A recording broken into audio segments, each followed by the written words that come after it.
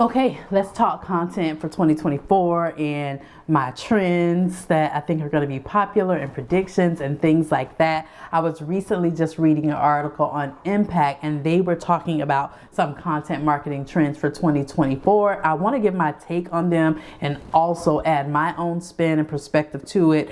So yeah, I want to just jump right in. The very first trend that they have here in this article is that micro influencers take the lead. And I think a lot of you should be excited about that. This is basically saying that brands are trusting micro influencers more. This is typically a person with less than 100,000 subscribers or followers across the board, across their social media platforms.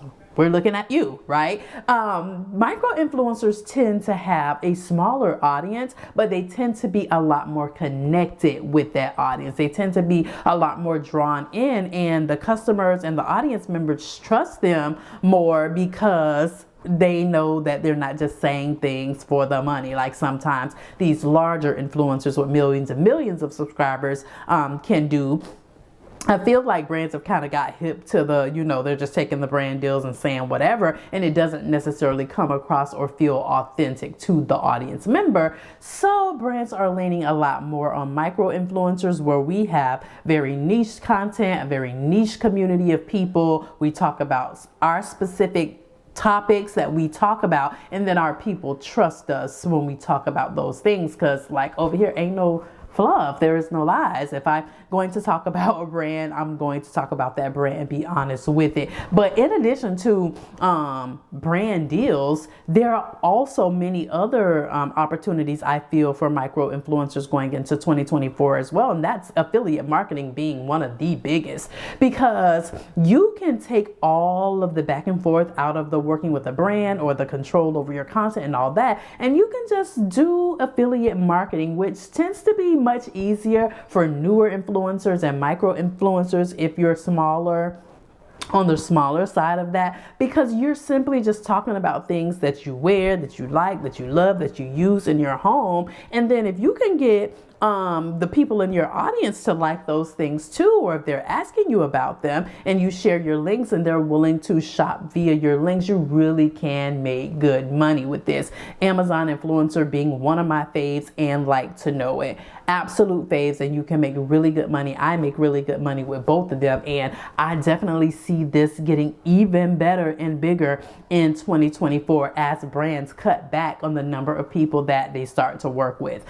I know that brand deals are like the coveted thing, but brands aren't going to be working with as many people. So we're going to have to learn how to talk about the things that we know, okay, and that we use and that we love and that we recommend to people in a more natural way, and just, share, so that when you are talking about a brand, it can be that much better. You can learn how to talk about the things, right, and sell. The next one I really like in this article as well, it is authenticity reigns supreme over polished content.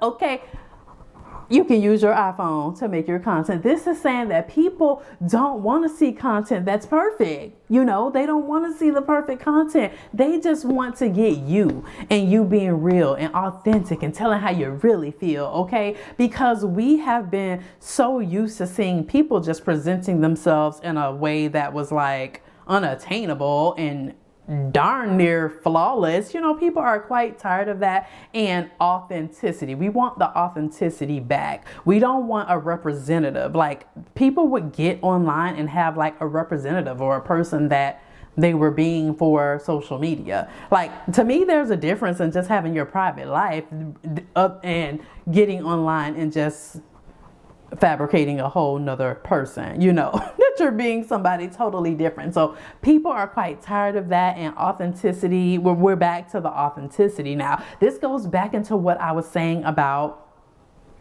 short form content. Sometimes how it can be, you're posting 2-second and 3-second reels, and no one really can get to know you in that amount of time. Like, literally, I never heard your voice, girl, what is your name? People want to get back to the authenticity. So I love that for you. I love that for me. Okay, I love that. It means that, the bar is not like way up here. I gotta have this over edited production just to get on here and talk to my people.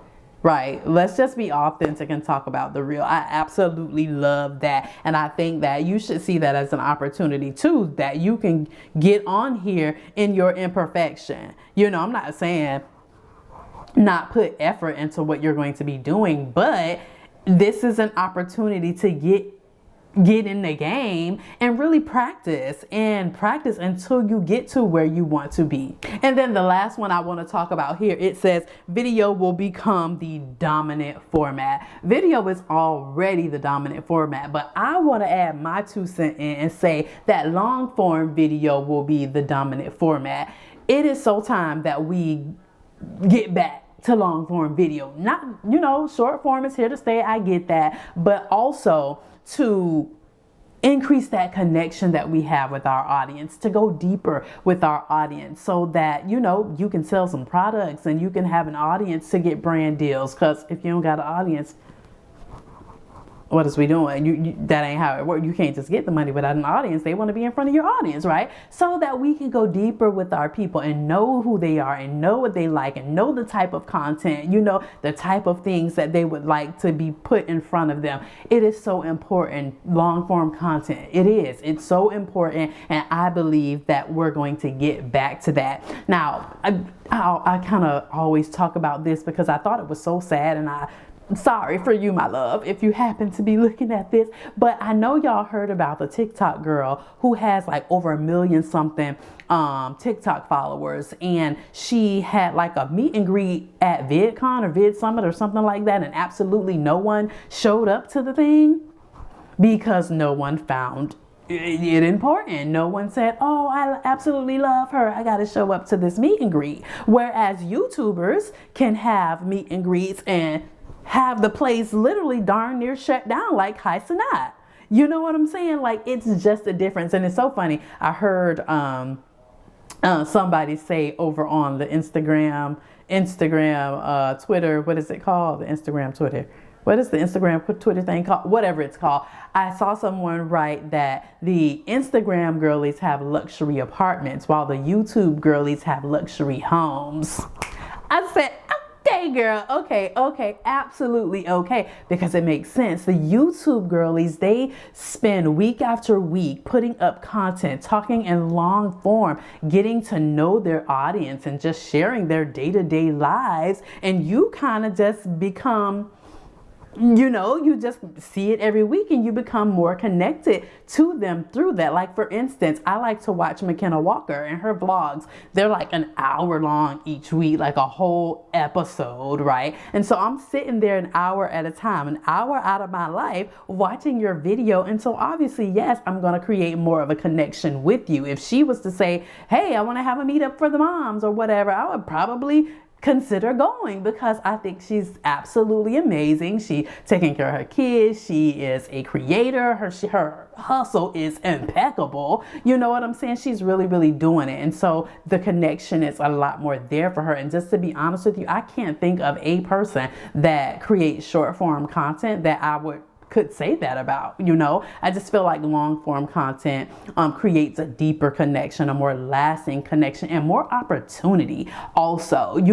I feel like you have that much more value when you're creating that long form content, specifically and preferably on YouTube, because why wouldn't you put your long form content on YouTube, get the coin, and also get the subsequent brand deals and all the other stuff that kind of comes with it. So yeah, I'm adding my little twist to that one to say that long form content is going to be the dominant format, because that's what I'm hoping. I'm hoping we get back more into long form content so that we can start socializing again. We can start, getting to know each other again, and not just dancing over a song or putting words up on a screen and we're not talking. Yeah, like, let's take a break from that in 2024. So yeah, those were my content predictions and trends for 2024. Just a really quick snapshot of what I think is going to be going on in 2024. If you have any other things that you want to talk about, or you think it's going to be popular, or that is like kind of gaining steam right now, let me know down in the comments below, and we can get to chatting about this so we can come up with a strategy that we can be at the forefront of all that.